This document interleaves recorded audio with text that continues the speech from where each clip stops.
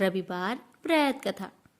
भक्तों, रविवार व्रत का बहुत महत्व है। हिंदू धर्म में यह व्रत सूर्य देव को समर्पित है और इसे सूर्य देव की कृपा पाने का एक अच्छा उपाय माना जाता है। यह व्रत व्यक्ति को यश, वैभव, सुख, समृद्धि, उत्तम स्वास्थ्य और संतान सुख प्रदान करता है। जो भक्त श्रद्धा भक्ति के साथ रविवार के दिन सूर्य भगवान का व्रत रख पूजन कर इस पावन कथा को सुनता है, उस भक्त की हर मनोकामना को सूरज भगवान अवश्य पूर्ण करते हैं। तो आइए प्यारे भक्तों, रसपान करते हैं रविवार सूर्य नारायण जी की व्रत कथा। प्रेम से बोलिए जय सूर्यदेव। कथा इस प्रकार है कि बहुत समय पहले की बात है। किसी राज्य में एक राजा रहा करते थे। राजा की 2 रानियां थी और एक मुंह बोली बहन थी और सभी एक साथ रहते थे। राजा अपनी मुंह बोली बहन को बहुत मानते थे। वो अपनी मुंह बोली बहन की सारी बातें मानते थे, चाहे बहन सही हो या फिर गलत। तो राजा की जो बड़ी रानी थी वो बहुत धार्मिक प्रवृत्ति की थी। वे ज्यादा से ज्यादा व्रत उपवास किया करती थी। बड़ी रानी बैसाख महीने के रविवार का व्रत भी करती थी और बर पीपल आकरे के पेड़ की पूजा किया करती थी। और भक्तों, जो छोटी रानी थी वो चापलूसी प्रवृत्ति की थी। उसने राजा की मुंह बोली बहन को पटा रखी थी। छोटी रानी जानती थी कि राजा को अगर खुश रखना है तो उनकी मुंह बोली बहन को भी खुश रखना होगा। तो छोटी रानी वही कार्य करती थी जिससे उसकी ननद को खुशी मिले। लेकिन बड़ी रानी को चापलूसी करना बिल्कुल भी पसंद नहीं था। भक्तों, एक बार की बात है, जब बैसाख महीना आया तो बड़ी रानी ने बैसाखी रविवार का व्रत किया और बर पीपल आकरे की पूजा करने के लिए वह महल से बाहर चली गई। पूरे दिन वे घर से बाहर रही तो इधर छोटी रानी को भी बड़ी रानी के खिलाफ शिकायत करने का मौका मिल गया। छोटी रानी ने कहा, देखो जीजी, बड़ी रानी पता नहीं क्या टोने टोटके करती है। पूरे दिन तो घर से बाहर रहती है, बर पीपल और आकरे की पूजा करती है। तब राजा की मुंह बोली बहन ने अपने भाई से कहा कि देखो भैया, बड़ी रानी पता नहीं क्या क्या टोने टोटके करती है। आप नगर के सभी बर पीपल और आकरे के पेड़ को कटवा दीजिए। भाभी पूरे समय महल से बाहर रहती है और बर पीपल और आकरे की पेड़ की पूजा करती रहती है। लोग देखेंगे तो क्या कहेंगे? और फिर हम तो राजकुल के वंशज हैं, हमें धन दौलत की क्या कमी है। तब राजा ने अपने सिपाहियों से बोलकर सारे बर पीपल और आकड़े के पेड़ कटवा दिए। बड़ी रानी ने सुना तो उन्हें बहुत दुख हुआ, लेकिन छोटी रानी और ननद को बहुत खुशी हुई। इस तरह बैसाख महीने का दूसरा रविवार आया तो बड़ी रानी ने बैसाखी रविवार का व्रत किया और वह बर पीपल तथा आकरे की पेड़ की पूजा करने की सोचने लगी। तब उसने चूरमे के लड्डू बनाए। एक थाली में रोली, मोली, चावल, मेहंदी, काजल, कच्चा सूत, चुनरी, जल का लोटा तथा पूजा के सारे सामान और घी का दीपक लेकर महल से बाहर बर पीपल और आकड़े की पूजा करने के लिए निकल पड़ी। पूरे नगर में उसे कहीं भी बर पीपल आकड़े का पेड़ दिखाई नहीं दिया। तब वह भटकते भटकते घने जंगल में पहुंच गई। इधर उधर भटकने के बाद उसे बहुत देर के बाद एक छोटा सा आकड़े का पौधा दिखाई दिया जो कि पत्थरों से दबा हुआ था। शायद राजा के सिपाहियों की नजर उस पर नहीं गई, इसलिए वह बच गया। बड़ी रानी को बहुत खुशी हुई। उसने वहीं बैठकर बड़े ही श्रद्धा से आकरे की पौधे की पूजा की। उसने आकरे के पौधे के पास एक छोटी सी तलाई बनाई और उसमें लोटे का जल सींच दिया और चूरमा बाटी का भोग लगाया, रोली चावल चढ़ाया, सूत बांधा, मेहंदी लगाई, काजल लगाया, चुनरी उड़ाई और घी का दीपक जलाई। फिर वहीं बैठकर बड़ी रानी ने बड़े ही श्रद्धा से कथा सुनी और राजा और प्रजा की खुशहाली की कामना की। फिर वह महल में चली आई। इस तरह समय बीतने लगा। राजा को शिकार खेलने का बहुत शौक था। एक दिन राजा सिपाही और मंत्रियों के साथ घोड़े पर बैठकर घने जंगल में पहुंच गया। बैसाख का महीना था, बहुत तेज गर्मी पड़ रही थी। राजा शिकार की तलाश में जंगल में पहुंच गया, लेकिन उसे कहीं शिकार दिखाई नहीं दिया। वो बहुत देर तक शिकार के लिए इधर उधर भटकता रहा। धीरे धीरे उन लोगों के पास खाने पीने के सामान भी खत्म हो गए। अब राजा को बहुत तेज पानी प्यास लगी थी। साथ ही सभी मंत्रियों और सिपाही को भी भूख प्यास लगी थी। सर्दी गर्मी से बेहाल हो रहे थे। तब राजा ने मंत्रियों को हुक्म दिया कि ऊंचे पेड़ पर चढ़कर देखो आसपास कहीं जल का स्रोत है या नहीं। कोई तालाब, कुआं, बावड़ी मिल जाए तो पानी पीकर प्यास बुझाई जाए। तो मंत्री ने पेड़ पर चढ़कर देखा तो उसे कुछ दूरी पर पंछी उड़ते हुए दिखाई दिए। तो उसने कहा, महाराज, यहाँ से कुछ दूर पर पंछी उड़ रहे हैं, शायद वहाँ हमें कुछ मिल सकता है, हमें वहीं चलना चाहिए। तब राजा ने सिपाही और मंत्रियों के साथ दूसरे स्थान पर पहुंचा। वहां उन्होंने देखा कि बहुत बड़ी तलाई थी जिसमें पानी भरा हुआ था और एक आकड़े का पेड़ था। रानी ने वहां पर छोटी सी तलाई बनाई थी। आज पानी से ज्यादा वही तलाई आज बहुत बड़े तालाब में बदल चुका था। राजा ने सबके साथ पानी पिया, प्यास बुझाई और घोड़े को भी पानी पिलाया। तभी राजा ने देखा कि आकड़े के पत्ते पर चूरमा बाटी रखा हुआ है। यह देखकर राजा और सभी सिपाही बहुत खुश हुए। फिर राजा ने चूरमा बाटी खुद भी खाया और अपने सभी सिपाही को भी खिलाया, घोड़े को भी खिलाया। सबने भरपेट चूरमा बाटी खाए, लेकिन फिर भी चूरमा बाटी खत्म नहीं हुआ। राजा के साथ सभी मंत्रियों और सिपाही को भी बहुत आश्चर्य हुआ। थोड़ी देर आराम करने के बाद संध्या के समय राजा महल में आ गए। राजा ने महल में आते ही अपनी दोनों रानियों से पूछा कि तुम दोनों में से किसने मेरी और प्रजा की सलामती के लिए व्रत किया था और आकड़े के पेड़ की पूजा करी थी।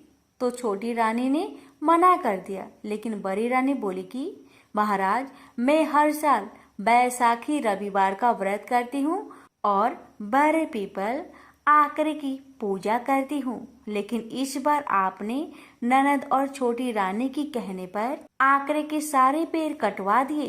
तब मुझे घने जंगल में छोटा सा आकड़े का पेड़ दिखाई दिया, तो मैंने वहीं बैठकर पूजा की और सुहाग की सलामती और प्रजा की खुशहाली के लिए दुआ मांगी थी। तब राजा ने अपनी गलती मानते हुए अपनी बहन को उसके ससुराल भिजवा दिया और छोटी रानी से कहा, तुम्हें भी बड़ी रानी से कुछ सीखना चाहिए। छोटी रानी भी अपनी गलतियों को समझ रही थी और उसे भी अकल आ गई थी। तब राजा ने पूरी नगरी में ढिंढोरा पिटवा दिया कि बैसाख के रविवार का व्रत करे, बड़ पीपल और आकड़े की पेड़ की पूजा करे। हे बैसाख के देवता, जैसे बड़ी रानी पर टूटे वैसे सब पर टूटना। कहानी कहने वाले पर, कहानी सुनने वाले पर, हुकार भरने वाले पर सबकी मनोकामना को पूरी करना। द्वारपर की बात है। भगवान श्री कृष्ण एक बार अपनी बुआ कुंती के आश्रम काम्यवन में पहुंचे। उस समय पांडव लोग अज्ञातवास कर रहे थे। भगवान कृष्ण ने कहा, बुआ जी, मैं तुम्हें वनवासी भेष में देखकर दुखी हो जाता हूँ। मुझे सदैव इस बात की चिंता लगी रहती है कि पता नहीं कब दुष्ट दुर्योधन का प्रहार तुम्हारे ऊपर हो जाए। अतएव इस विपत्ति से छुटकारा पाने के लिए तुम भगवान सूर्य नारायण की आराधना करो। भगवान सूर्य ही सभी जीवों के नियंता और प्राण है। उनके तेज से ही जीवों का उद्धार होता है। भगवान कृष्ण ने बतलाया कि एक बार शंकर जी से पार्वती जी ने कुछ पूछा था, उसे मैं तुमसे बतलाता हूँ। शिव जी ने पार्वती जी से कहा, यदि तुम इस बात की जानकारी प्राप्त करना चाहती हो तो मथुरापुरी में जाओ। वहाँ सूर्य पुत्री यमुना जी की धारा प्रभावित होती है। यमुना के तट पर ऋषि, महर्षि, मुनि आदि निरंतर तपस्यारत रहते हैं। भगवान रुद्र की आज्ञा से पार्वती जी कालिंदी यमुना तट को चल पड़ी। कुछ ही दूर जाने पर उन्हें रास्ते में रोती बिलखती एक स्त्री दिखाई पड़ी। उसने बतलाया कि उसका नाम कुसुमवती है और उसका निवास कुसुमाकर वन के बीच में है। संतानहीनता होने के कारण उसके पति बसंत ने उन्हें त्याग दिया है और इस प्रकार वह निराश्रिता हो गई है। पार्वती जी उस स्त्री को साथ ले आगे चली गई। उन्हें रोती हुई एक दूसरी स्त्री मिली। उसने बताया कि मेरा नाम गंगा है। मेरे पति महाराज शांतनु ने पुत्रों के जीवित न रहने के कारण मुझे अपमानित किया, जिससे मैं दुखी होकर घर चली आई हूँ। इसी प्रकार थोड़ी दूर जाने पर मधुबन में माधवी नाम की एक स्त्री और मिली, जो पति के वैभव का नाश होने के कारण घर से निकाल दी गई थी। इनके अंतरल आगे जाने पर कुमुद वन में कुमुदा नाम की स्त्री से भेंट हुई, जिसके पति को राजा ने बंदी बना लिया था और वह व्याकुल होकर विलाप कर रही थी। उन सभी स्त्रियों को साथ लेकर पार्वती जी यमुना तट पर जा पहुंची। उस तट पर पूजन उत्सव देखकर पार्वती जी ने ऋषि पत्नियों से पूछा कि यह किस देव की आराधना हो रही है, इस पूजन का विधान और फल क्या है। उनकी बात सुनकर एक ऋषि पत्नी ने कहा, यह जगत पिता सूर्य नारायण का व्रत है और सभी मनोरथों को पूर्ण करने वाला है। इस व्रत को करके प्रत्येक नर नारी अभिष्ट सिद्धि प्राप्त होती है। तुम्हारी भी यदि कोई वांछा हो तो इस व्रत को करके प्राप्त करो। ऋषि पत्नियों से ऐसी बात सुनकर पार्वती जी अत्यंत प्रसन्न हुई और उस व्रत के विधान का फल को जानकर शिव जी के पास लौट आई। पार्वती जी ने इस व्रत को करके विघ्न नाशक गणेश जी जैसे पुत्र को प्राप्त किया। प्रेम से बोलिए सूर्य नारायण की जय। एक माँ बेटी थी। माँ गाय चराने जाती। चैत्र का महीना आया, सूरज रोठा का रविवार आया। माँ ने बेटी से कहा, बेटी आज तेरे व मेरे लिए 2 रोट बना ले, मैं गाय चरा कर आती हूँ, फिर तू और मैं दोनों पूजा करेंगे। बेटी ने माँ के निमित्त एक रोट तैयार किया। इतने में सूरज भगवान जोगी का रूप धारण करके आए और बोले, माई भिक्षा दो। बेटी ने कहा, मेरा रोट अभी पका नहीं है। जोगी ने कहा कि मैं जाता हूँ। बेटी ने सोचा कि जा तक खाली नहीं जाना चाहिए और उसने माँ के रोट में से किनार खांडी करके जोगी को थोड़ा रोट दे दिया। माँ गाय चरा कर आई। बेटी से बोली, मेरा रोट कहाँ है? खंडित रोट देकर माँ बावली हो गई। वो घी रोठो दे, रोठा माइली कौरो दे कहती नगरी में घूमने लगी। बेटी डर के मारे पीपल के झाड़ पर बैठ गई। 3-4 दिन निकले। बेटी भूखी प्यासी बैठी रही। सूरज भगवान को उस पर दया आई। सूरज भगवान ने उसके लिए पानी का लोटा व चूरमा भेज दिया। एक दिन एक राजा का कुंवर शिकार करके आया और उसी पीपल की ठंडी छाया में बैठा और बोला, कितना अच्छा होता कि पीने को थोड़ा पानी मिल जाता। ऐसा सुनते ही लड़की ने थोड़ा पानी डाला। राजा के कुंवर ने कहा, मुझे बहुत भूख लगी है, कोई खाने को दे तो अच्छा होगा। लड़की ने ऊपर से चूरमा डाला। कुंवर की भूख प्यास मिट गई। वह विचार करने लगा कि यहाँ कोई है। यह सोचकर राजा ने अपने सिपाहियों को पीपल के पेड़ पर खोज करने भेजा। उन्होंने सब जगह देखा, उन्हें कुछ नहीं मिला। तो राजा का कुंवर खुद ऊपर चढ़ा और ढूंढा तो वो लड़की मिली। राजकुंवर ने कहा कि तू कौन है? तब लड़की ने अपनी कहानी सुनाई। राजा के कुंवर ने कहा, मेरे साथ शादी करोगी? लड़की बोली, आप तो नगर के राजा हैं, मैं गरीब व अनाथ लड़की हूँ, मेरे कोई नहीं है। राजा जी माने नहीं। गाजे बाजे के साथ उस कन्या को पीपल के नीचे ब्याह कर घर ले गए। बहुत दिन बीते। एक दिन माँ घूमती घामती महल के बाहर पहुंच गई और आवाजें देने लगी, घी रोटो दे, घी रोटा माइली कोर दे। बेटी छत पर खड़ी देख रही थी। रानी ने सिपाहियों को भेजकर माँ को बुलाया और एक कमरे में ठहराया। कमरा बंद कर दिया। एक दिन राजा जी ने सारी चाबियां मांगी। रानी ने 6 कमरों की चाबियां दी पर 7वें कमरे की चाबी नहीं दी। राजा ने जीत करके 7वें कमरे की चाबी लाकर 7वां कमरा खोला तो आगे सोने की शिला देखी। राजा ने रानी से पूछा, ये क्या है? रानी ने कहा, ये मेरे पीहर की भेंट है। राजा बोले, हमको आपका पीहर देखना है। रानी ने कहा, मेरे पीहर नहीं है, आप तो मुझे पीपल के पेड़ के नीचे से ब्याह कर लाए थे। राजा हट करने लगे तो रानी सूरज भगवान से विनती करने लगी और 1.25 पहर का पीहर वासा मांगा। और राजा रानी पीपल के पेड़ के नीचे आए। वहां सारा कुटुंब था। कोई कहे मौसा जी आया, कोई कहे जीजा जी आया, तो कोई कहे फूफा जी आया।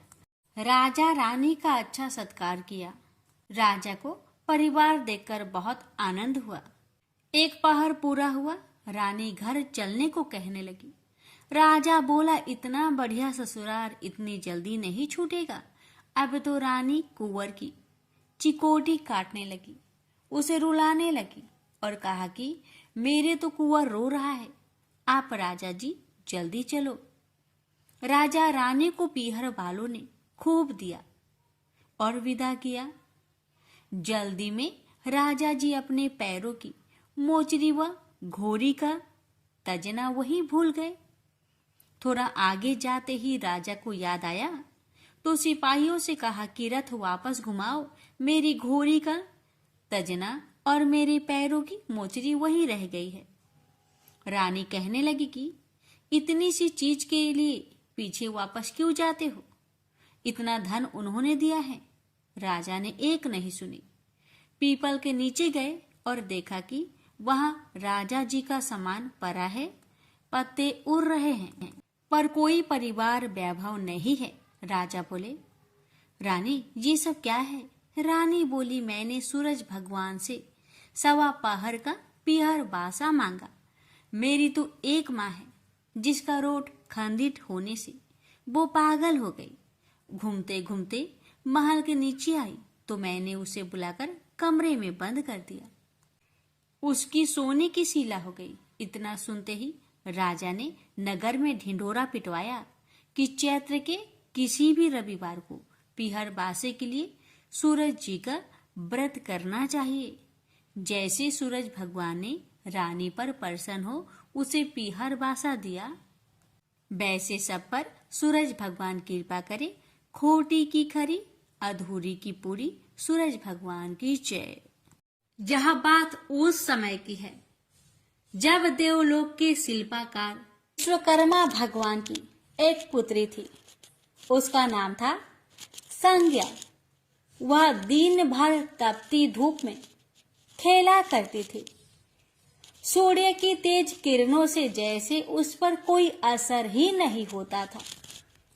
संज्ञा जब बड़ी हुई तो एक दिन विश्वकर्मा और उसकी पत्नी ने संज्ञा को बड़े मुग्ध भाव से सूर्य को निहारते देखा। यह देख विश्वकर्मा बोले, देवी ऐसा लगता है हमारी बेटी सूर्य पर मोहित हो गई है। देख रही हो कितने मुग्ध भाव से सूर्य की ओर ताके जा रही है। मुझे भी ऐसा ही लगता है हे स्वामी, विश्वकर्मा की पत्नी ने कहा। सूर्य के सौंदर्य के प्रति संज्ञा का आकर्षक उसकी आयु के साथ बढ़ता ही गया। एक दिन विश्वकर्मा उसे अपने साथ हाथी पर बैठाकर सैर करने को निकले। अपनी पुत्री को सूर्य की ओर निहारते देख उन्होंने पूछ लिया, बेटी अब तुम छोटी नहीं रही, मैं सोचता हूं जल्दी ही तुम्हारा ब्याह कर दूं। बताओ बेटी बताओ, किस देव को तुम चाहती हो, बताओ। मैं तुम्हारा विवाह उसी देव के साथ करूंगा जिसको तुम चाहती हो। बेटी कहने लगी, पिताजी आकाश में सूर्य से बढ़कर कोई तेजस्वी नहीं है। संज्ञा की बात सुनकर विश्वकर्मा ने कहा, बेटी ठीक है, हम तुम्हारा शादी सूर्य से ही करा देते हैं। अब विश्वकर्मा अपनी पुत्री को लेकर सूर्य के पास पहुंच गए।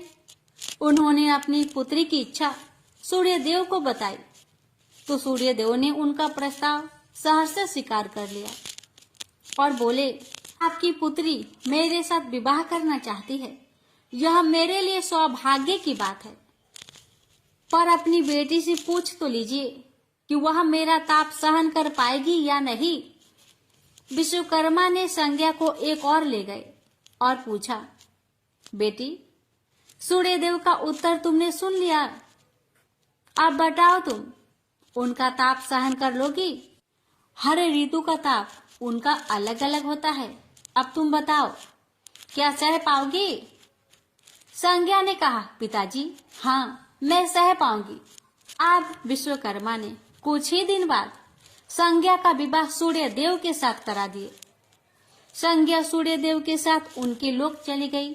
अब तो संज्ञा सूर्य देव के साथ सुख पूर्वक रहने लगी। फिर उनके वहां एक पुत्र पैदा हुआ जिसका नाम रखा गया मनु।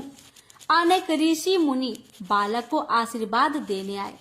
यह बालक ज्ञानियों में भी ज्ञानी होगा। ऋषियों ने भविष्यवाणी की, आशीर्वाद सच निकला। जब वह कुछ बड़ा हुआ तो ऋषि मुनियों से शिक्षा ग्रहण करने लगा। सूर्यदेव और संज्ञा को अपने बेटे पर बड़ा गर्व था। वे बहुत ही प्रेम से अपने बेटे का लालन पालन करते थे। अनाचार एक बार ग्रीष्म ऋतु में सूर्य की किरणें बहुत ही प्रखर हो गई। उनका तेज अपने चरम सीमा पर जा पहुंचा। संज्ञा की चमड़ी रसने लगी। सूर्यदेव ने उसे अपने पास बुलाया तो वह अपनी आंखों पर हाथ रखकर उनके पास पहुंची। सूर्यदेव बोले, संज्ञा मेरी ओर देखो, तुमने अपनी आंखें क्यों ढक ली? नेत्र खोलो और मेरी ओर देखो, मैं तुम्हारा पति हूँ। संज्ञा बोली, स्वामी आपके ताप से मेरी आंखें खुल नहीं पा रही है। संज्ञा की बात सुन सूर्यदेव ने कहा, इसका अर्थ तो ये हुआ कि तुम मुझे अपने से दूर कर रही हो। विवाह के पूर्व मैंने तुमसे पूछा भी था कि क्या मेरा ताप सहन कर पाओगी। तुम्हारी सहमति पाकर ही मैंने तुम्हारे साथ विवाह करना स्वीकार किया था, लेकिन अब तुम अपने वचन से मुकर रही हो। सूर्यदेव क्रोधित होकर कहने लगे।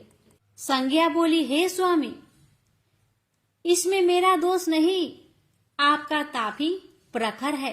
यह सुन सूर्यदेव और भी कुपित हो उठे और बोले, सुनो संज्ञा, प्राणवान वस्तुओं को जीवित रखने वाला मैं ही हूँ, परंतु तुमने मेरी ओर से आंखें बंद कर ली, अतः तुम्हारे गर्भ से जो बालक उत्पन्न होगा वह यम होगा। यम अर्थात मृत्यु का देवता। संज्ञा वहां से भाग जाना चाहती थी, लेकिन बच्चों का मोह उसे विवश किए हुए था। संज्ञा की एक सहचरी थी, उसका नाम था छाया, जो हूबहू संज्ञा की ही प्रतिलिपि थी। उसने इस विषय में छाया की मदद लेने का निश्चय किया। उसने छाया को बुलाया और अपनी समस्या बताई। सुनकर छाया बोली, मुझे क्या करना होगा? तो संज्ञा कहने लगी, तुम संज्ञा बनकर मेरे पति के साथ जाओ और उनकी पत्नी और बच्चों की मां बनकर वहीं रहो। फिर छाया ने कहा, अगर उन्होंने मुझसे पूछताछ की तो मैं क्या कहूंगी? तो संज्ञा ने कहा, तुम बता देना कि मैं संज्ञा हूं, अपना भेद कभी मत खोलना। छाया कहती है, लेकिन मैं ये सब कैसे करूंगी? और करूंगी तो मेरी एक शर्त भी है कि अगर कभी सूर्यदेव मुझ पर बिगड़े या फिर श्राप देने लगे तो मैं सारा भेद खोल दूंगी। संज्ञा ने कहा, ठीक है छाया, अब जाओ और मेरे बच्चों को संभालो। तुमने मुझे बहुत ही कठिन काम सौंपा है संज्ञा। छाया कहने लगी, फिर भी मैं भरसक प्रयत्न करूंगी। और वहां से छाया चली गई।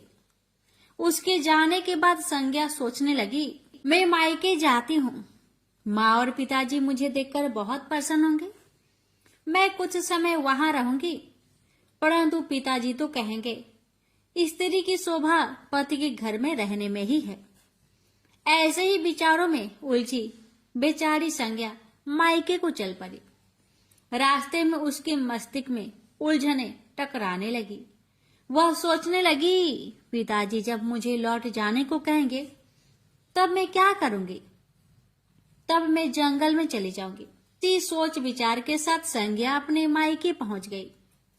पिता ने उसका बड़ा सत्कार किया। बोले, आओ बेटी आओ, सब कुशल मंगल तो है? तो संज्ञा बोली, नहीं पिताजी नहीं, आपने ठीक ही कहा था। ग्रीष्म ऋतु में मैं सूर्य देव की ताप सहन नहीं कर सकी। अब तो संज्ञा कुछ दिन अपने पिता के घर में सुख से रही। एक दिन पिता ने उससे कहा, बेटी संज्ञा, तुम्हारे आने से मुझे बड़ा हर्ष हुआ है, मुझे बहुत अच्छा लगा। परंतु विवाह हो जाने के बाद स्त्री को मायके में अधिक दिन तक नहीं ठहरना चाहिए। अब तुम अपने पति के घर जाओ, फिर कभी हमसे मिलने आना। तुम मुझे बहुत प्यारी हो, किंतु पति का घर ही स्त्री का घर होता है। यही मैंने सोचा था, संज्ञा मन ही मन बोली। और एक रात चुपचाप पिता का घर छोड़कर वह जंगल में चली गई। वह सोचने लगी, मैं सूर्य के सामने नहीं जा सकती, अतः घोड़ी बन जाती हूँ। उस रूप में मुझे यहाँ कोई पहचान नहीं पाएगा। घोड़ी का रूप धारण कर संज्ञा सूर्य के ताप की शक्ति को कम करने के लिए तपस्या करने लगी। तो छाया ने सूर्य के यहाँ जाकर संज्ञा का स्थान ले लिया। सूर्य देव ने उसे संज्ञा ही समझा। वे बोले, तुम लौट आई मेरे यहाँ? तो छाया कहने लगी, क्षमा कर दो स्वामी, मैंने अपनी दुर्बलता को जीत लिया है। छाया बड़े ही खेद स्वर में बोली। सूर्य देव कहने लगे, संज्ञा, मैं तो कब का ही तुम्हें क्षमा कर चुका हूँ। अब घर की जिम्मेदारी संभालो, बच्चों का लालन पालन करो। छाया ने कक्ष में लेटे दोनों बच्चों पर निगाह डाली और घर की जिम्मेदारियां संभाल ली। छाया इस घर में सुखी थी। वह प्राय सोचा करती थी कि बेचारी संज्ञा को कितना अच्छा घर त्यागना पड़ा उसे। क्या वह कभी नहीं लौटेगी? समय पाकर छाया को एक पुत्र हुआ। पुत्र पैदा होने के बाद वह कुछ चिंतित रहने लगी।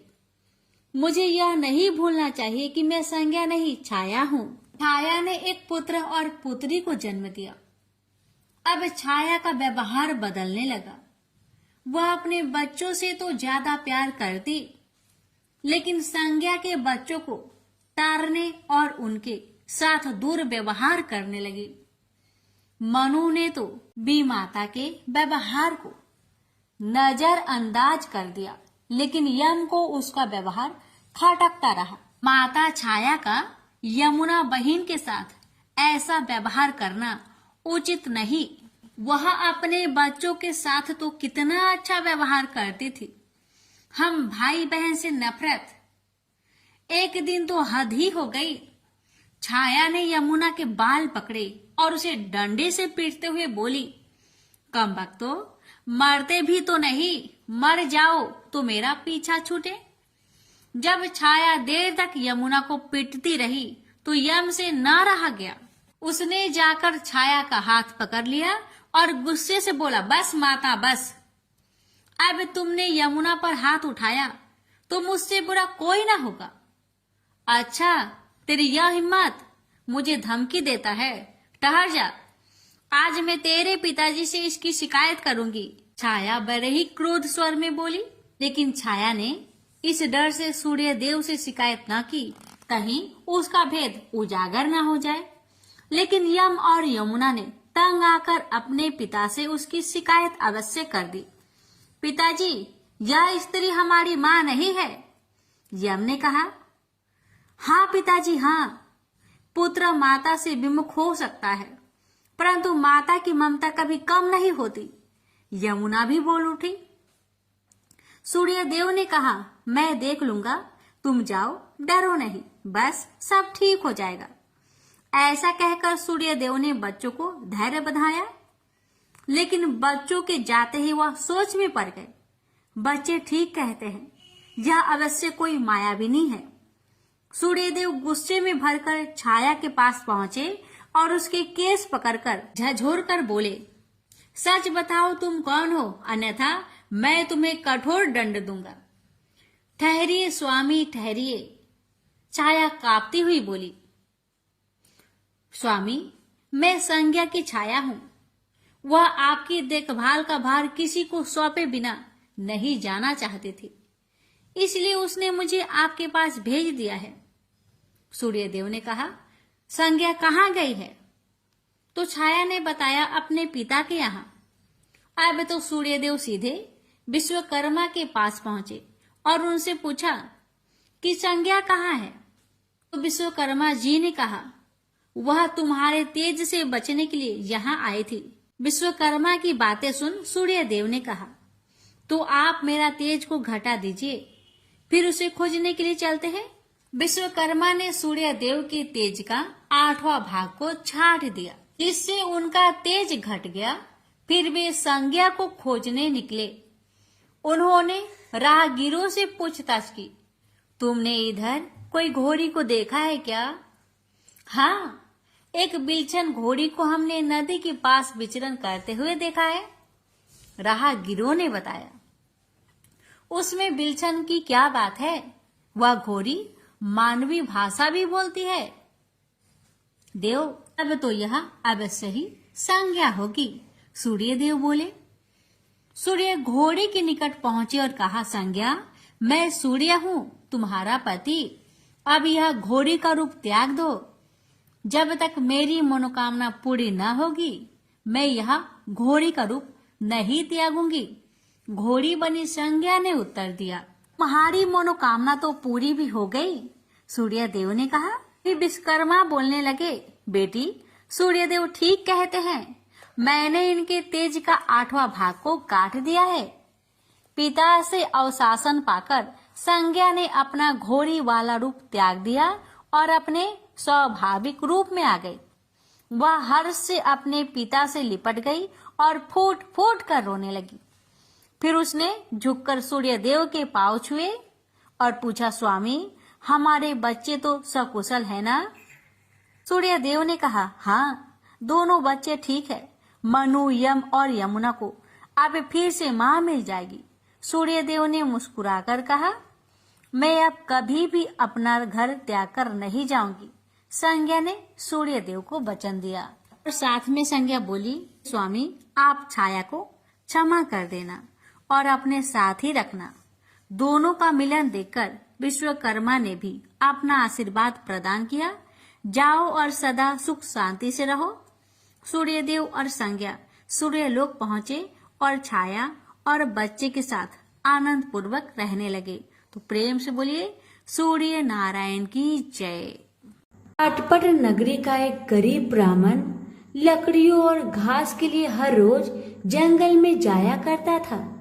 एक दिन उसने वहां वन देवियों को सूरज भगवान की पूजा करते हुए देखा। सूर्य नारायण के आह्वान का उनका अनुष्ठान अनूठा था। ब्राह्मण ने साहस जुटाकर उनसे पूछा कि ये क्या कर रहे हैं आप लोग। तब उन्होंने उत्तर दिया, यह सूर्य नारायण का अनुष्ठान है। ब्राह्मण ने कहा, मुझे भी इसकी विधि बताइए। तब वन देवियों ने कहा, नहीं, यह बहुत शक्तिशाली अनुष्ठान है। यदि हम तुम्हें सिखा देंगे तो संभवतः तुम अहंकारी हो जाओगे और इसे विधि पूर्वक न करोगे। ब्राह्मण ने वचन दिया, नहीं नहीं, मैं ऐसा बिल्कुल नहीं करूंगा। मैं विनम्रता पूर्वक संपूर्ण विधि का भली भांति पालन करूंगा।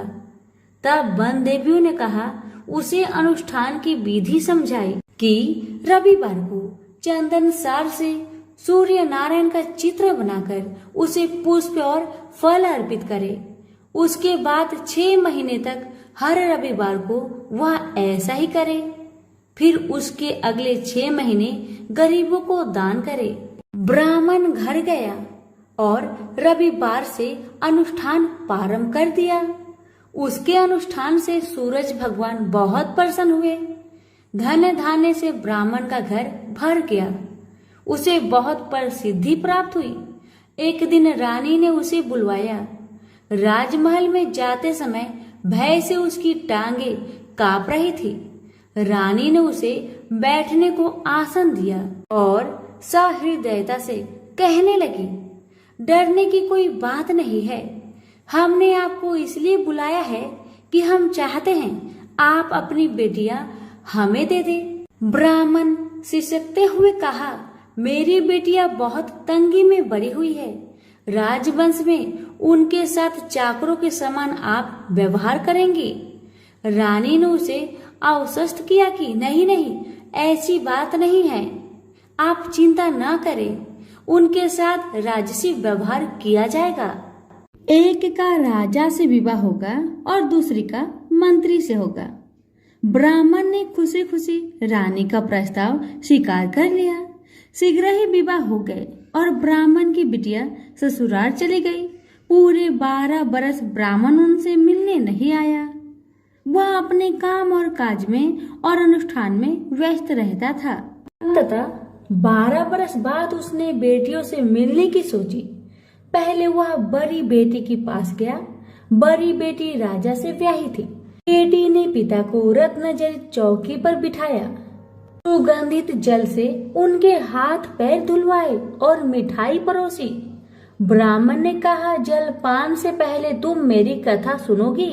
पर बेटी ने कहा, नहीं बाबा, आज मुझे अवकाश नहीं। महाराज अखेट के लिए प्रस्थान करने वाले हैं। मुझे उनके खाने की व्यवस्था करनी होगी। ब्राह्मण को उसका व्यवहार बहुत अशिष्ट लगा।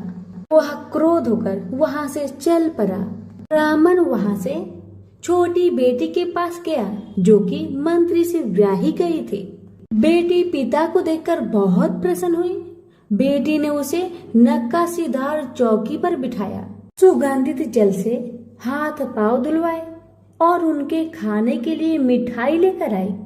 ब्राह्मण ने कहा, बेटी, जलपान से पहले तुम्हें मेरी कथा सुननी होगी।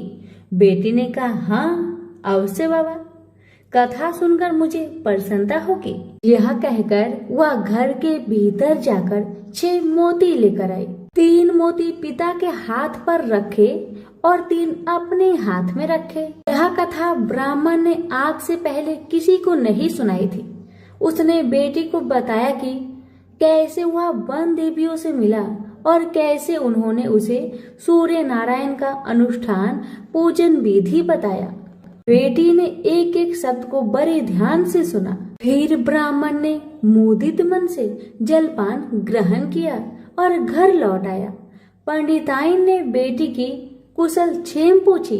ब्राह्मण ने उसे सारी बातें बताई और कहा कि बड़ी वाली मेरी बेटी ने मेरी कथा नहीं सुनी, उसे इसका फल भुगतना पड़ेगा। और वही हुआ। उसका पति सेना लेकर दूसरे राज्य पर आक्रमण करने गया था और वापस नहीं लौटा, पर दूसरी बेटी ने उसकी कथा सुनी थी, सो वह सुखी थी। उसकी समृद्धि दिनों दिन बढ़ती गई। दुर्भाग्य से बड़ी बेटी का पिंड नहीं छोड़ा। उसके लिए एक एक दिन काटना दूभर हो गया था। एक दिन उसने अपने बड़े बेटे से कहा, घर में कुछ नहीं है, अपनी मौसी के पास जाओ और कोई उपहार लेकर आओ, वह जो दे घर ले आना। अगले रविवार को राजकुमार मौसी के घर गया। वहां वह तालाब पर गया और स्नान करने आई औरतों से पूछा, तुम किसके यहाँ काम करती हो? उन्होंने उत्तर दिया, हम मंत्री की पत्नी की दासियां हैं। राजकुमार ने कहा, अपनी मालकिन से जाकर कहो कि उनकी बहन का बेटा आया है। ये भी कह देना कि उसके कपड़े फटे हुए हैं, इसलिए वो उसे पिछले दरवाजे से महल के भीतर आने दे। दासिया उसे पिछले दरवाजे से भीतर ले गई। मौसी ने उसके नहाने के लिए सुवासित जल रखवाया, पहनने को नए कपड़े दिए और राजसी भोज करवाया। फिर उसने बेटे को मोहरों से भरा हुआ कद्दू दिया। वह चलने लगा तो मौसी ने कहा, इसे संभाल कर ले जाना, कहीं खोना मत। और रास्ते में सूर्य भगवान ने माली के भेष धारण करके मोहर से भरा हुआ कद्दू चुरा लिया। वह घर पहुंचा तो माँ ने उससे पूछा कि मौसी ने तुम्हें क्या दिया? राजकुमार ने खाली हाथ दिखाते हुए कहा, जो भाग्य ने दिया वह कर्म ने छीन लिया, मौसी ने जो दिया वह रास्ते में खो गया। अगले रविवार को रानी ने दूसरे बेटे को भेजा। वह भी शहर के तालाब पर गया और नहाने धोने आई औरतों से पूछा, तुम कहाँ काम करती हो? औरतों ने कहा, हम मंत्री की पत्नी की दासियां हैं। अपनी मालकिन से कहो कि उसकी बहन का बेटा आया है। और उसे भी पिछले दरवाजे से भीतर ले जाया गया।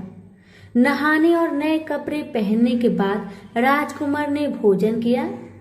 वह चलने लगा तो मौसी ने उसे मोहर से भरी हुई खोखली छड़ी दी और बोली, इसे संभाल कर ले जाना, कहीं खोना मत। रास्ते में सूरज भगवान ग्वाले का रूप धरकर आए और उसकी छड़ी चुरा लिए। वह घर पहुंचा तो रानी ने उससे पूछा, ये मौसी ने तुम्हें क्या दिया? राजकुमार ने खाली हाथ दिखाकर कहा, जो भाग्य ने दिया वह कर्म ने छीन लिया। तीसरे रविवार को रानी ने तीसरे बेटे को भेजा। वह भी सीधे तालाब पर गया। मौसी ने उसकी भी वैसे ही खातिरदारी की। उसे नहलवाया, कपड़े दिए और खाना खिलाया। चलते समय उसने उसे मोहर से भरा हुआ खोखला नारियल दिया और कहा, इसे संभाल कर ले जाना, खोना मत। रास्ते में राजकुमार कुएं की जगह पर सुस्ताने के लिए रुका। जैसे ही उसने नारियल जगत पर रखा, वह लुढ़क कर कुएं में गिर गया। छपाक। वह घर पहुंचा तो रानी माँ ने पूछा कि वह क्या लाया है। राजकुमार ने जवाब दिया, जो भाग्य ने दिया वह कर्म ने छीन लिया। चौथा राजकुमार गया, तभी वही हुआ। उसे मोहर से भरा हुआ कुल्हड़ मिला, जिसे सूर्य नारायण चील बनकर झपट ले गए। पांचवें रविवार को रानी खुद गई और जाकर तालाब पर खड़ी हो गई। छोटी बहन उसे खुद लेने के लिए आई और पिछले दरवाजे से घर में ले गई। नहलाने के बाद बताया कि उसकी विपत्ति का कारण यह है कि उसने बाबा की कथा सुनने से मना कर दिया था। फिर उसने दीदी को पूरी कथा सुनाई। रानी ने बहुत ध्यान से कथा सुनी और रविवार व्रत करने तक बहन के पास ही रही। और दोनों बहनें बहुत ही श्रद्धा भक्ति के साथ सूरज भगवान की आराधना करती।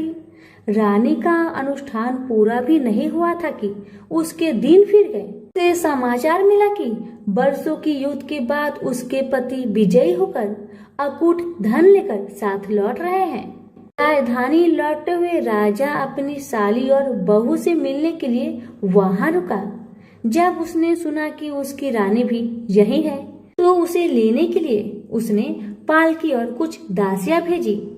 नन्हे भांजे चिल्लाते हुए रानी के पास आए और कहने लगे, मौसी मौसी, तुम्हें लेने के लिए छत्र वाली पालकी आई है, साथ में हाथी, घोड़े और सैनिक भी है।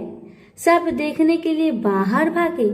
बरसों की विरह और व्यथा के उपरांत राजा और रानी ने एक दूसरे का हालचाल पूछा। बहनों ने एक दूसरे को मूल्यवान उपहार और रेशमी वस्त्र दिए। अगले दिन राजा और रानी ने अपने राजधानी के लिए प्रस्थान किया। पहले पड़ाव पर जब खाना बन गया तो रानी ने राजा के लिए और अपने लिए थाल परोसे। तभी उसे बहन से सुनी हुई कथा याद आई। उसने नौकरों को आदेश दिया कि वे पास के गांव में जाए और किसी निर्धन को लाए जो भूखा हो।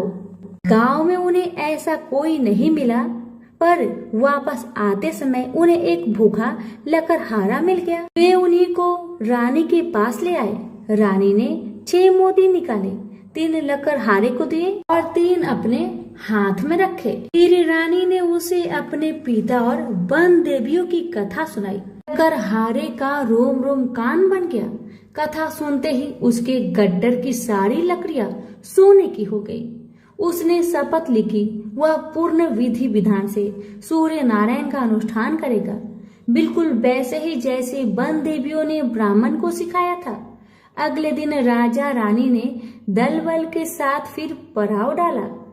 खाना बन गया तो रानी ने राजा के लिए और अपने लिए खाना परोसकर सेवकों को किसी निर्धन और भूखे को लाने का आदेश दिया।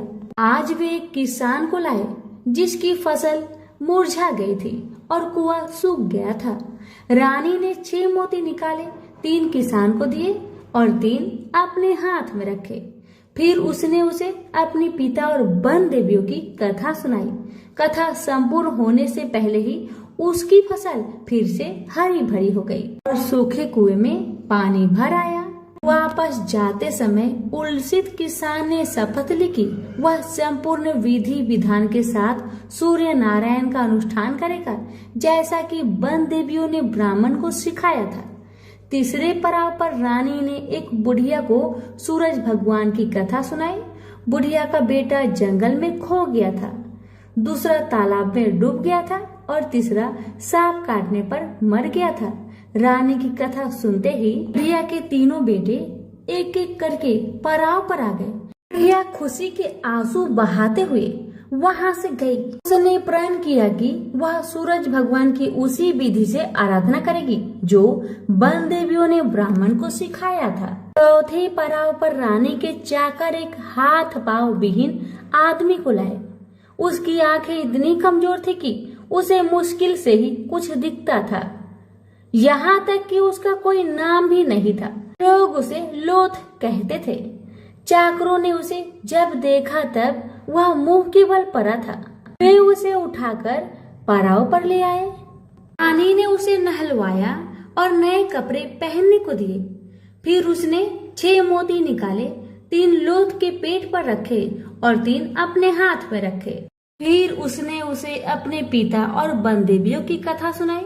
अपाहिज आदमी ने पूरा श्रद्धा से कथा को सुना। कथा सुनते ही उसके हाथ पैर निकल आए और इसके आंखों की ज्योत भी लौट आई।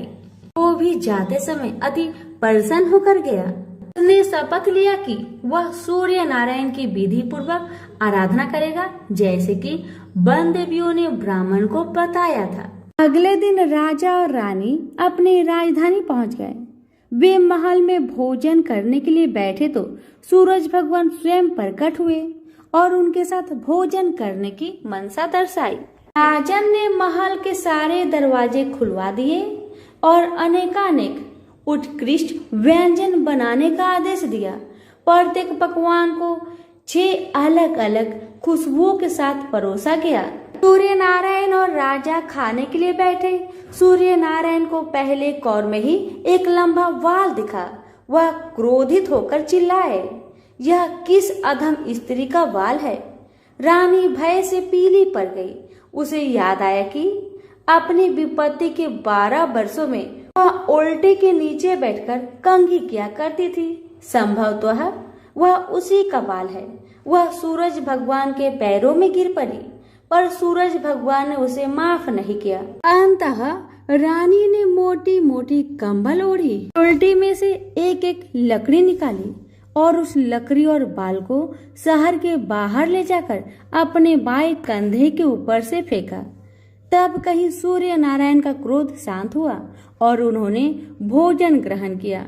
ब्राह्मण, राजा, रानी, उनके बच्चे, मंत्री की पत्नी, लकड़हारा, किसान, बुढ़िया और वह आदमी जिसे लोथ कहा जाता था। सभी को सूर्य नारायण की अनुकंपा से लंबी आयु मिली। जब तक वो जिए सुख से जिए। तो सभी प्रेम से बोलिए सूर्य नारायण की जय। एक था राजा, एक थी रानी। उनके पास सिपाही, घोड़े, दास दासियां, धन दौलत सब कुछ था। सिर्फ उन्हें संतान नहीं थी। इसी कारण राजा रानी बहुत ही दुखी रहते थे। संतान प्राप्ति के लिए उन्होंने हर तरह का दान धर्म, धार्मिक अनुष्ठान, जप मंत्र, व्रत, पूजा पाठ किए, लेकिन कोई फायदा नहीं हुआ। अब राजा रानी दोनों ही बुढ़ापे की ओर बढ़ते गए। बुढ़ापे की ओर जैसे ही बढ़ते गए वैसे ही दोनों गहन सोच में पड़ गए। ये सोचकर कि उनकी कोई संतान नहीं है तो फिर इतने बड़े राज्य का क्या होगा? कौन बनेगा इस राज्य का वारिस? कौन लेगा प्रजा की जिम्मेदारी? राजा रानी दिन रात इसी चिंता में रहने लगे।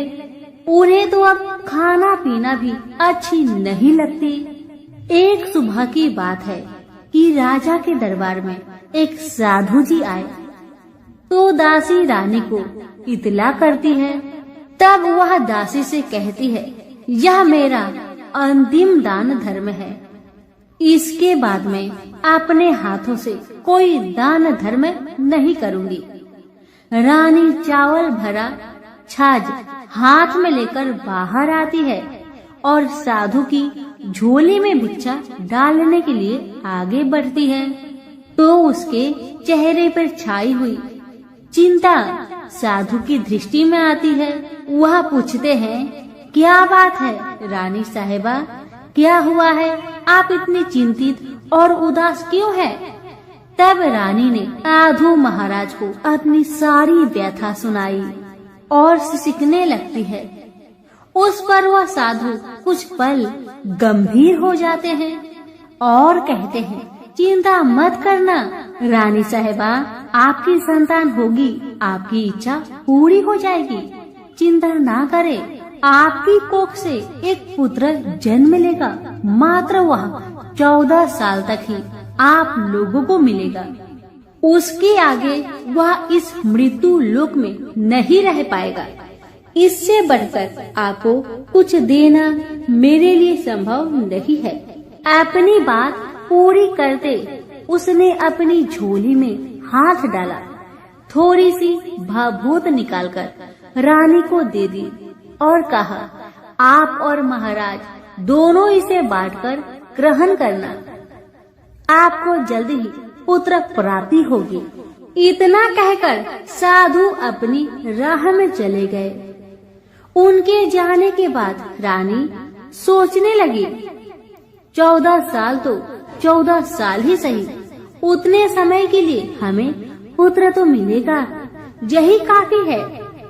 उतने साल तक मैं उसे जी जान से बड़ा करूंगी, उसे ढेर सारा लाड़ दुलार करूंगी, अपनी संतान की हर मुरादे को पूरी करूंगी।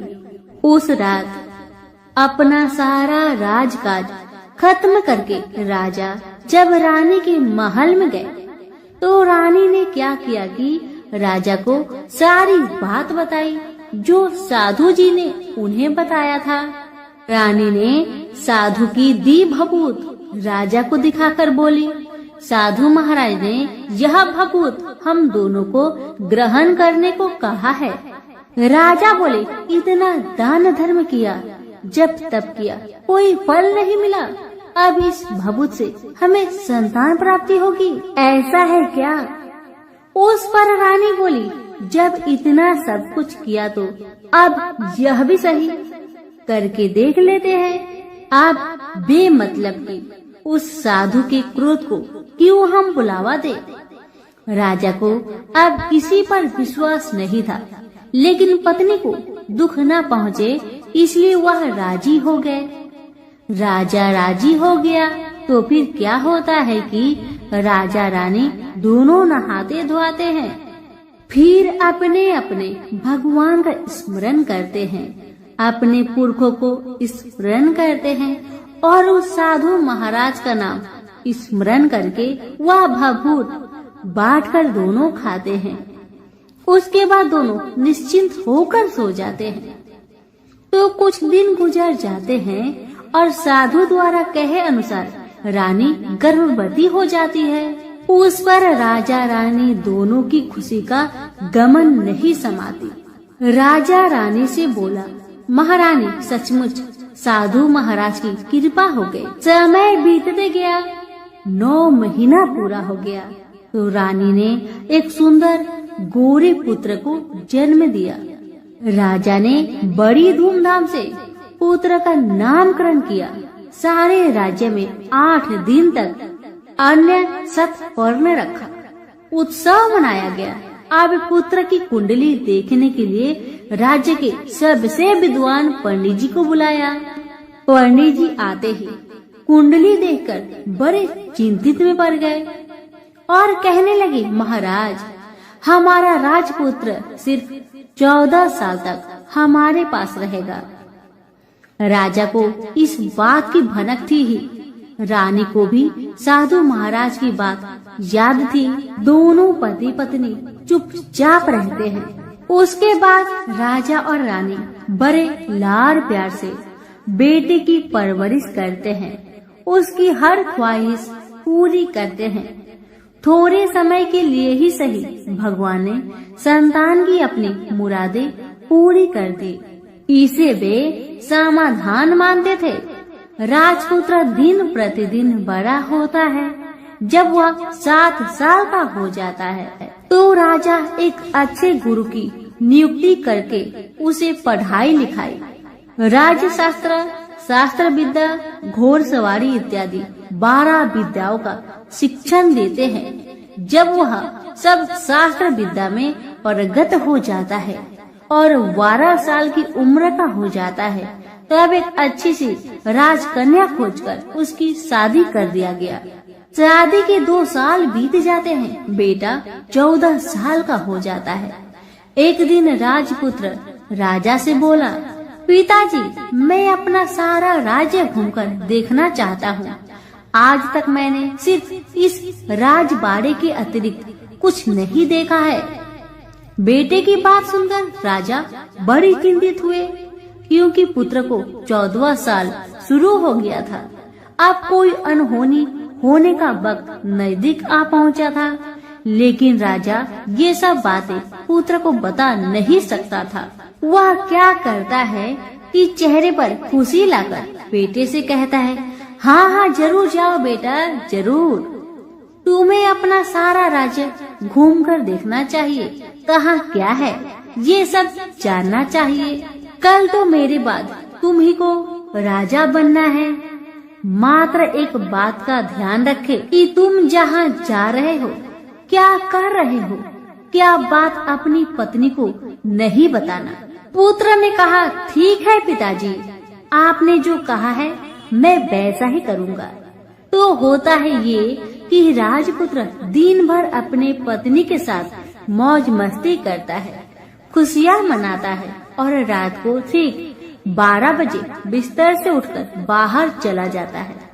फिर पौ फटने से पहले वापस अपने महल में आकर सो जाता है। ऐसे बहुत दिनों तक चलता रहा। अब पुत्र का 14वां साल खत्म होने में कुछ दिन ही बाकी रहते हैं। इतने में ये होता है कि उसकी पत्नी यानी छोटी रानी रात में जाग जाती है। वह देखती है कि बिस्तर पर राजपुत्र नहीं है। वह महल में सब जगह देखती है तो राजपुत्र कहीं भी नजर नहीं आते। तो ये बात वह किससे कहेगी और क्या करेगी। बेचारी चुपचाप रहती है। फिर भोर होने पर वह देखती है कि उसका पति अपनी जगह पर सोया है। छोटी रानी अपने पति से कुछ नहीं पूछती, लेकिन दूसरी रात भी वैसा ही होता है। तीसरी रात, चौथी रात, ऐसे ही बहुत दिन तक चलता है। रानी बहुत चिंतित हो जाती है। पति रात को जाता कहाँ है, किससे मिलने जाता है। छोटी रानी के मन में ढेर सारी सवाल उमड़ जाते हैं, लेकिन छोटी रानी को राजकुमार से सवाल करने में डर लगता था। शायद उसका पति गुस्सा हो बैठे। सास ससुर से पूछने के बारे में सोचा तो उसकी कुल मर्यादा बीच में आ जाती थी। इसी तरह मन ही मन में बेचैन रहती थी। इस हालत में उसे खाने पीने में दिलचस्पी नहीं होती थी। वह दुबली पतली हो जाती है। उसी राज्य में एक फूल बेचने वाली एक बूढ़ी मालिन रहा करती थी। वह हमेशा छोटी रानी को फूल देने उसके महल में आती थी। उस बुढ़िया का ध्यान छोटी रानी पर जाता है। वह उससे पूछती है, बेटी तुम्हें किस बात का दुख है? तुम इस तरह सूख कर काटा क्यों बनी जा रही हो? उस पर रानी कहने लगी, क्या बताऊं बूढ़ी अम्मा, तुम्हारा राजपुत्र हर रात बिस्तर पर से उठकर कहीं और चला जाता है और सुबह भोर होते ही वापस आकर सो जाता है। वह कहाँ जाता है? प्रेमिका से मिलने जाता है क्या? यह सोचकर मैं अन्न जल ग्रहण नहीं कर पाती और सूख सूख कर इस तरह कांटा बन गई हूँ। बुढ़िया सब बात सुनकर उसे एक उपाय बताती है और कहती है, बेटी तुम ऐसा ही करना, आज रात तुम सोना मत, उसके पीछे जाकर देखना कि वह कहाँ जाता है, क्या करता है, उसकी अच्छी तरह से पहरेदारी करना। इस पर छोटी रानी ने कहा, मुझे नींद आ गई तो मैं क्या करूँगी? तब बूढ़ी अम्मा ने कहा, तुम्हें नींद न आए इसलिए एक काम करना, अपने बाएं हाथ की उंगली में एक जख्म करना, उस पर थोड़ी सी मिर्च छिड़कना, उससे तुम्हें बड़ी जलन होगी और उस पीड़ा से तुम्हें रात भर नींद नहीं आएगी। रानी बुढ़िया के कहे अनुसार करती है। उंगली की जलन से उसे बड़ी देर तक नींद नहीं आती, लेकिन बाद में वह सो जाती है। दूसरे दिन सुबह बुढ़िया फूल लेकर उसके महल में पहुंचती है और पूछती है, क्या हुआ बेटी, देख पाई? क्या तुम्हारा पति कहाँ जाता है? रानी कहने लगी, नहीं अम्मा, पहले कुछ समय जलन के कारण मुझे नींद नहीं आई, पर कुछ देर पश्चात मैं सो गई थी। बुढ़िया कहने लगी, कोई बात नहीं, आज तुम उंगली पर पहले से थोड़ा ज्यादा जख्म करना और ज्यादा मिर्च लगाना। बूढ़ी अम्मा के कहे अनुसार छोटी रानी ने वैसा ही किया, परंतु वह सिर्फ पति के बिस्तर से उठकर बाहर निकलते वक्त जाग पाई थी। वह उसके पीछे नहीं जा सकी क्योंकि उसकी आंखें उस समय तक मुद गई थी। दूसरे दिन सुबह बूढ़ी अम्मा आई तो उसने पूछने से पहले ही छोटी रानी ने बूढ़ी अम्मा को रोक कर कहा, अम्मा मैं आज भी उनकी पहरेदारी ठीक तरह नहीं कर पाई। बुढ़िया कहती है, रोना नहीं बेटी, सब कुछ ठीक हो जाएगा। तुम आज रात जख्म और बड़ा करना और उस पर ज्यादा से ज्यादा मिर्च छिड़कना। और एक काम करना बेटी, वह जब जाने के लिए निकलता है तो उसका रास्ता रोकना। बुढ़िया ने जैसा बताया रानी ने वैसा ही किया। आज रात उसे नींद नहीं आती। अब जैसे ही रात के 12 बजे राजकुमार बिस्तर से उठकर जब महल से निकलने लगे तो बुढ़िया के कहे अनुसार रानी ने वैसा ही किया। दौड़कर जाकर अपने पति का रास्ता रोककर कहने लगी कि कहाँ जा रहे हो, किससे मिलने जा रहे हो, मुझे बताओ। राजपुत्र उसे समझाने की बहुत कोशिश करता है। देखो अगर मैंने तुम्हें वह बताया तो मैं तुम्हें दोबारा नहीं मिल पाऊंगा। पत्नी कहने लगी, कोई बात नहीं, न मिल पाओ, लेकिन आप रात के समय कहाँ जाते हो ये मुझे पहले बताओ। अब राजपुत्र निरुपाय हो जाता है। पत्नी की जिद के आगे उसकी एक नहीं चल पाती। ठीक उसी समय उसका 14वां साल खत्म होकर 15वां साल लगने वाला था। जो होता है वह हो जाने दो, वह सोचता है। कुछ चावल मंत्रों से सिद्ध करके पत्नी को देकर कहता है, इन चावलों के दानों को दोनों हाथों की मुट्ठी में पकड़ना। पहले दाएं हाथ में पकड़े चावल मेरे ऊपर फेंकना। मैं कौन हूँ तुम्हें पता चल जाएगा। बाद में बाएं हाथ में पकड़े चावल मेरे ऊपर फेंकना। मैं जैसा था तुम्हें मिल जाऊंगा। लेकिन यदि तुम बाएं हाथ के चावल मेरे ऊपर फेंकना भूल गई तो मैं तुम्हें कभी नहीं मिल पाऊंगा। राजकुमारी ने कहा, मैं नहीं भूलूंगी। रानी बड़े आत्मविश्वास के साथ कहकर दाएं हाथ में पकड़े चावल पति के ऊपर फेंक दिया तो राजपुत्र एकदम एक विशाल घोड़ा बन जाता है। एकदम उद्यमा सफेद गर्दन पर लंबी आयल देखते देखते वह तेजी से दौड़ने लगता है। रानी उस घोड़े को एकदम आश्चर्य से देखने लगती है और पति ने बाएं हाथ के चावल फेंकने की जो बात कही थी वह भूल जाती है। उसकी आंखों के सामने घोड़ा महल से बाहर निकलकर चला गया। घोड़ा जो महल से बाहर गया तो वह वापस नहीं आया। अब रानी को बड़ा पश्चाताप हुआ। वह स्वयं को कोसने लगी, लेकिन अब कोई फायदा नहीं होने वाला था। राजपुत्र अब वापस नहीं आने वाला था। सुबह होते ही महाराजा महारानी को सब बात पता चली। उन्हें बहुत दुख हुआ। वे बिस्तर पकड़ते हैं और राह देखते हैं कि एक दिन उनका बेटा वापस आ जाए। इस तरह 1 महीना गुजरा, 2 महीने गुजरे, 3 महीने गुजरे, आखिर 6 महीने पूरे हुए।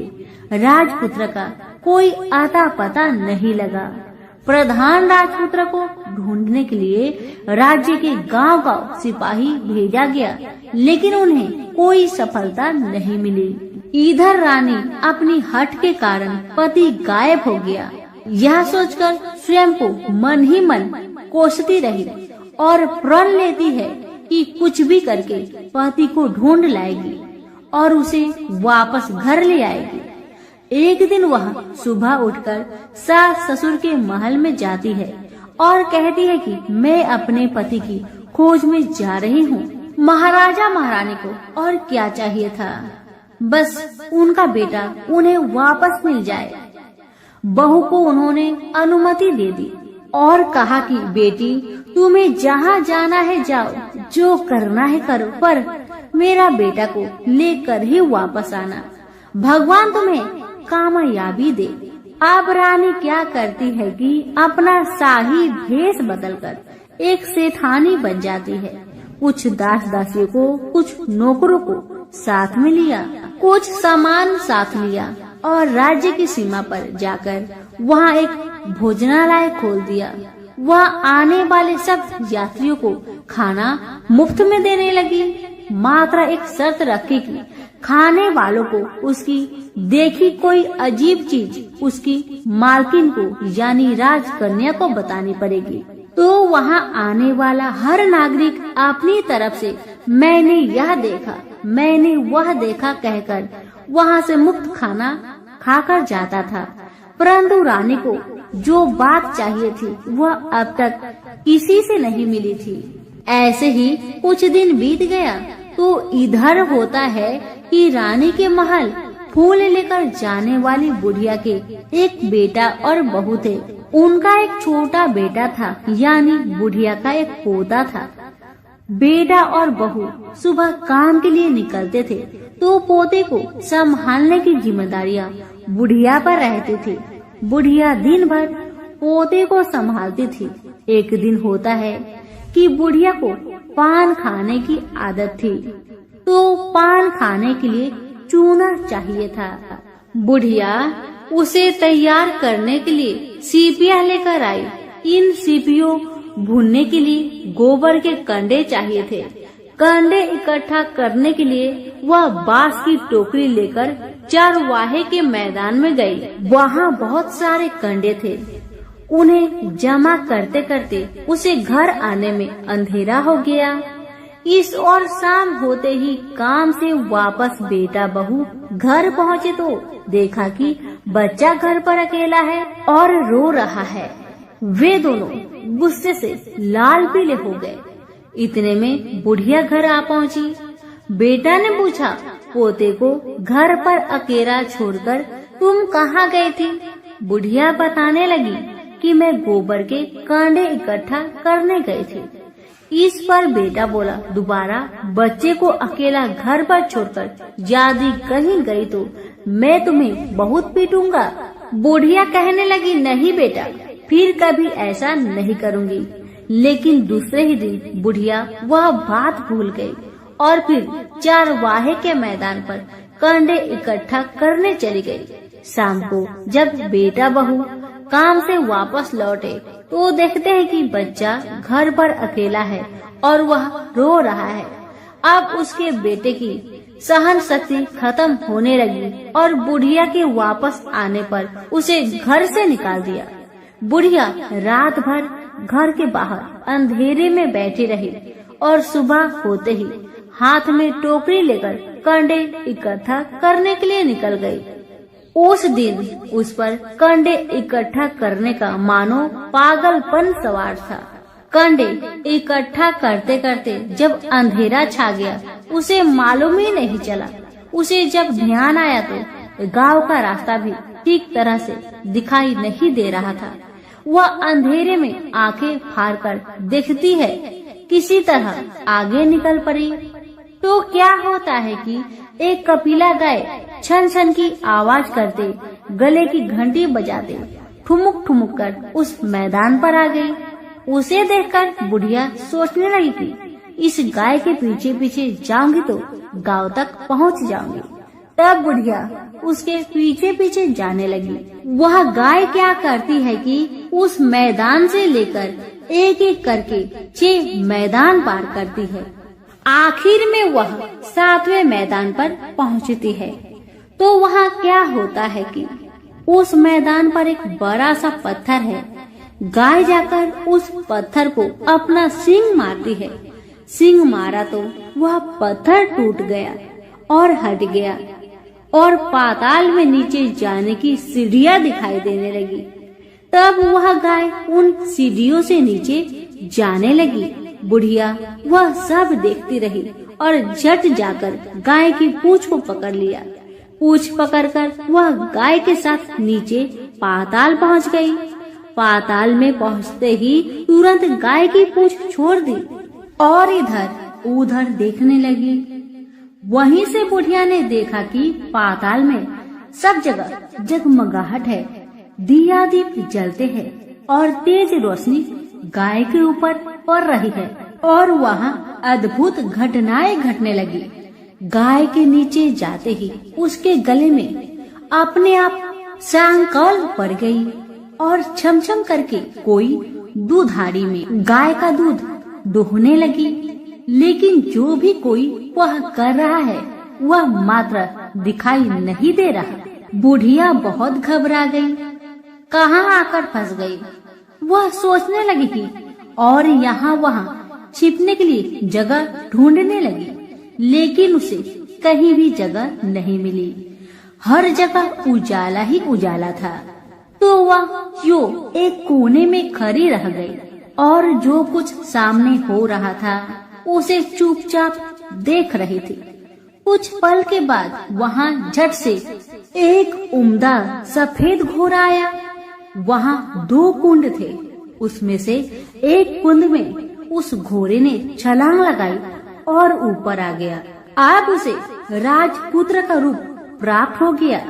राजपुत्र बनने के बाद उसने दूसरे कुंड के पानी में स्नान किया। वहाँ रखे नए कपड़े पहने। नजदीक ही एक सुंदर पलंग था, उस पर आकर बैठ गया। उसके सामने अपने आप 5 पकवानी की थाली आ गई, दूध की एक प्याली आ गई, 5 सुपारी आ गई। उसके सामने एक दिया जलता रहा। राजपुत्र ने खाना खाया, दूध पिया, 5 सुपारी खाया और बिस्तर पर लेट जाने से पहले सूर्य देव का स्मरण करके सामने जलते हुए दिए से पूछा, दिए दिए दीप कर मेरे माता पिता क्या कर रहे हैं? दिया बताने लगा, बेटे के शोक में डूबे हैं। राज्य कौन संभाल रहा है? राज्य प्रधान संभालता है। मेरी पत्नी क्या करती है? दिया बोला, उसने चौराहे पर भोजनालय शुरू किया है और आते जाते लोगों से वह नई खबर के बारे में पूछती है। दिए के यह कहते ही राजपुत्र कहने लगा, ठीक है। उसके बाद वह सो गया। बुढ़िया कोने में खड़ी रहकर यह सब देखती रही। ऐसी अद्भुत घटना उसने जिंदगी में पहली बार देखी थी। उसे अंदर ही अंदर चुलबुलाहट होने लगी। वह अपनी भूख प्यास भूल गई और आगे क्या होता है कि उसे उत्सुकता से देखने लगती है। लेकिन उसके बाद और कुछ घटनाएं नहीं घटती। रात गुजर गई और सुबह हो गई। सुबह होने पर पलंग पर सोया राजपुत्र उठा और फिर से पहले वाले कुंड में छलांग लगाई तो वह फिर से घोड़ा बनकर कुंड से बाहर आ गया। बाहर आते ही वह तेजी से उस पाताल नगरी से बाहर निकल गया। लेकिन वह कहाँ गया, बुढ़िया को कुछ पता नहीं चला। उसके बाद पिछली रात की तरह कोई उस गाय का छमछम करके दूध दुहने लगा। जैसे ही दूध दुहाना खत्म हुआ, उसके गले की साकल अपने आप खुल गई और वह गाय तेजी से ऊपर जाने लगी, सीढ़ियाँ की ओर भागने लगी। गाय को दौड़ते देखकर बुढ़िया सोचने लगी, अब गाय के साथ यहाँ से ऊपर जाना ही समझदारी है, नहीं तो कोई मुसीबत आकर मेरे ऊपर टपक जाएगी। झट से उसने गाय की पूंछ पकड़ ली और गाय के साथ ऊपर आ गई। गाय जब ऊपर मैदान में पहुंची तो उस सुरंग का रास्ता अपने आप बंद हो गया और उसके मुख पर एक बड़ा सा पत्थर पूर्ववत खड़ा हो गया। ऊपर आकर वह गाय जंगल की ओर निकल गई तो इधर बुढ़िया एकदम बावली सी हो गई। उसने पाताल नगरी में जो कुछ देखा वह जल्दी से जल्दी किसी को बताने के लिए उतावली हो उठी। उसे एकदम याद आया है कि नगर की सीमा पर कोई औरत भोजनालय चलाती है और नई बात बताने वालों को अच्छा खाना पीना मुफ्त में देती है। वह सोचने लगी कि क्यों न मैं यह बात उस औरत को जाकर बताऊं। यदि उसे यह बात पसंद आ गई तो बाकी जीवन खाने पीने की झंझट से मुक्ति मिलेगी। बुढ़िया ने मन में तय किया और तुरंत उस भोजनालय के द्वार पर टंगे नगाड़े के सामने खड़ी हो गई और जोर जोर से नगाड़ा बजाना शुरू किया।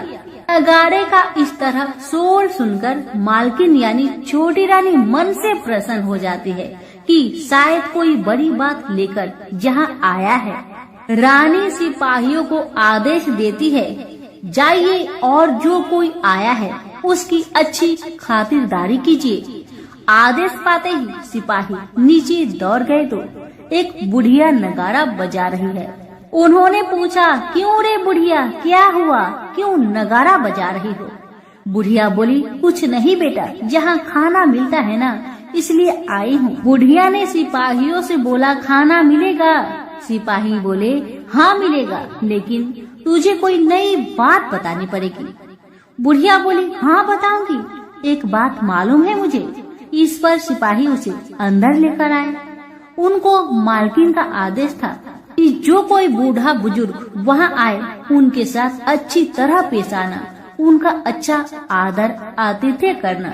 तो सिपाही ने इस बुढ़िया का भरपूर आदर आतिथ्य किया। उसे बड़ी सी थाली भरकर व्यंजन परोसते हैं।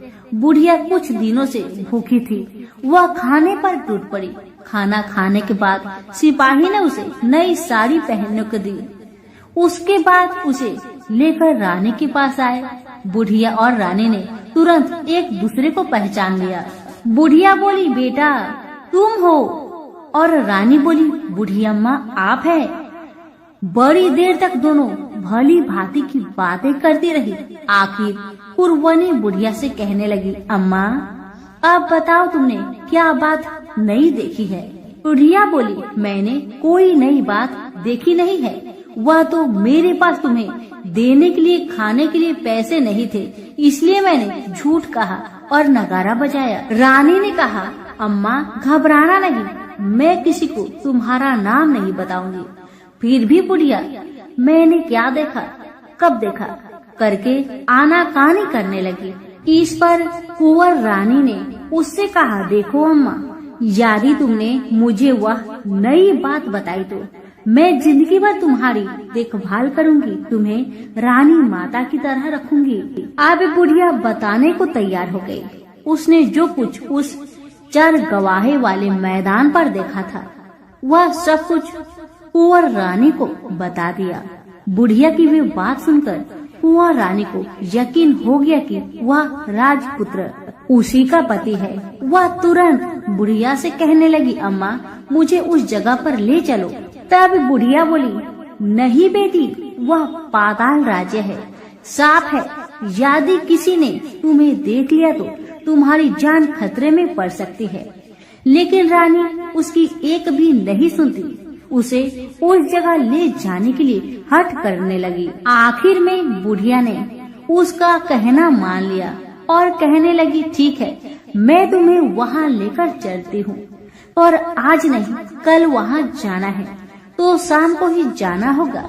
तो दूसरे दिन दोपहर को रानी बुढ़िया के साथ उस मैदान पर गई और एक जगह छुपकर गाय की आने की राह देखने लगी। दिन ढलते ही अंधेरा घेरने लगा है और गाय हमेशा की तरह वहां आ गई। मैदान के उस कोने में जाकर उसने पत्थर पर सींग मारा तो झट से पत्थर हटकर वहां सुरंग में जाने का रास्ता खुल गया।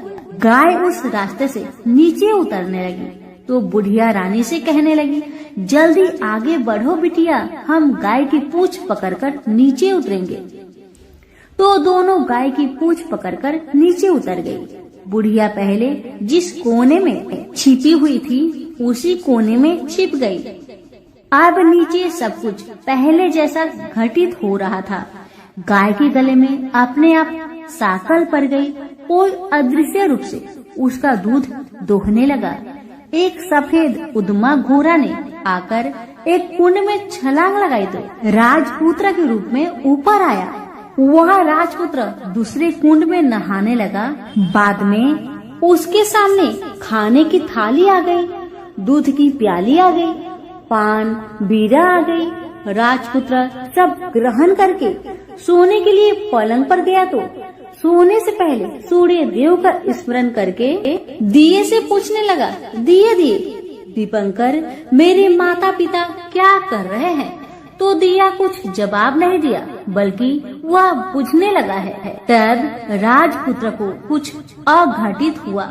इसका संदेह हो गया कि वह उदास हो गया और जो कुछ हुआ है वह हो जाने दो। ऐसा सोचकर सोने के लिए बिस्तर पर लेट गया। अब रानी का संयम छूट गया। वह दौड़कर पति के पास गई और उसके पैर पकड़ने के लिए आगे बढ़ने लगी। राजपुत्र तुरंत ही पत्नी को पहचान लिया।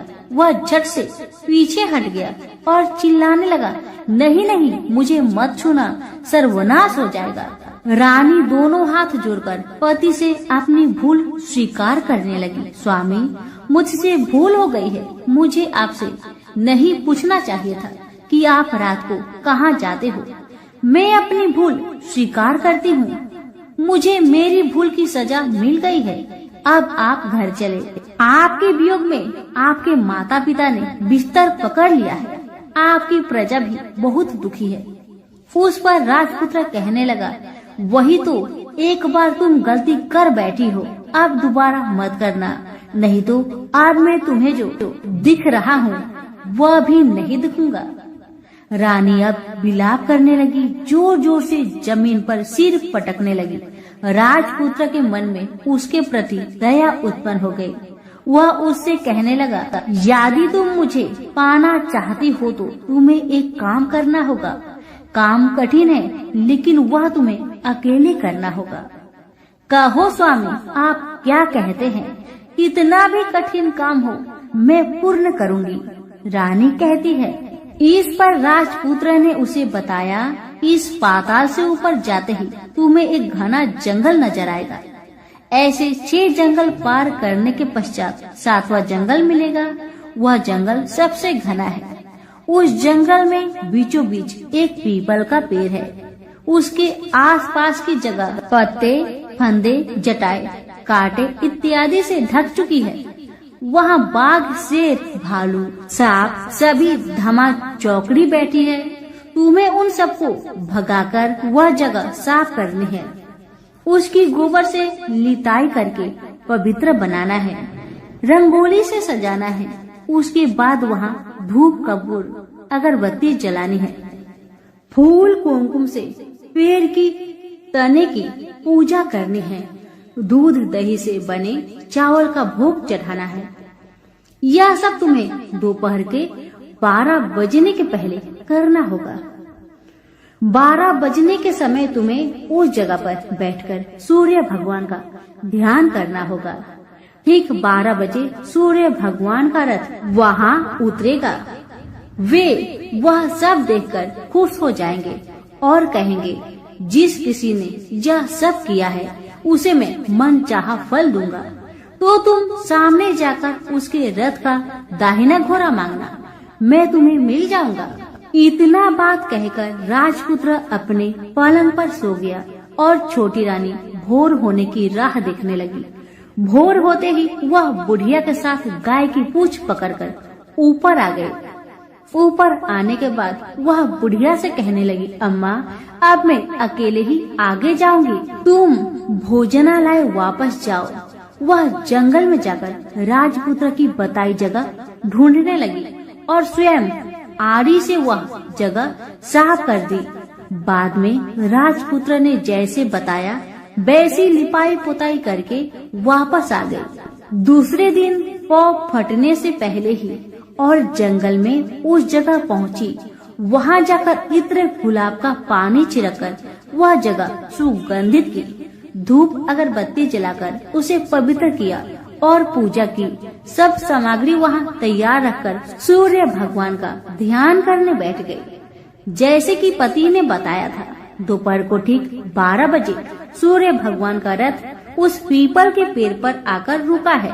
सूर्य भगवान ने जब रथ से नीचे देखा तो सुगंधित वातावरण देखकर बहुत खुश हुए और फिर बोले, जिस किसी ने यह काम किया है वह यहाँ आकर मुझसे कुछ भी मांगे, मैं उसे दूंगा। रानी ने जब ये सब सुना तो बिना समय गवाए दौड़कर उनके सामने आ गई और उनको साष्टांग नमस्कार करके बोली, भगवान वह मैं ही हूँ, मैंने यह जगह साफ की है। भगवान बोले, अच्छा तो तुम्हें जो चाहिए वह मुझसे मांगो। तो छोटी रानी बोली, भगवान मुझे आपके रथ का दाहिना घोड़ा चाहिए। सूर्य भगवान बोले, नहीं नहीं, मैं तुम्हें और कुछ भी दे सकता हूँ, लेकिन यह घोड़ा नहीं दे सकता। मेरे रथ के 12 घोड़े हैं, तुम चाहो तो कोई और घोड़ा ले लो, लेकिन दाहिना घोड़ा नहीं, वह मैं तुम्हें नहीं दे सकता।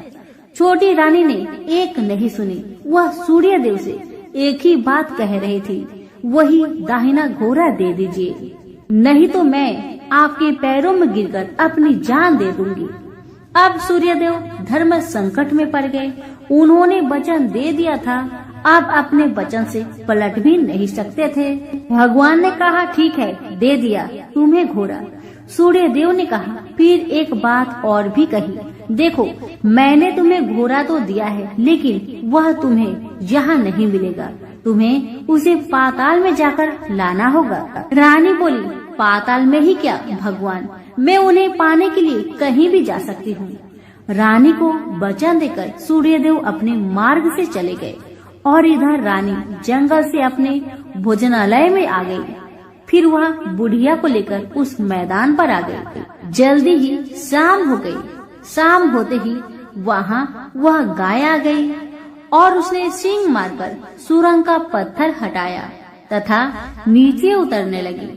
रानी और बुढ़िया जल्दी जल्दी उसकी पूंछ पकड़कर नीचे उतर गए। नीचे पाताल में सब घटनाएं पहले की तरह ही घटने लगी।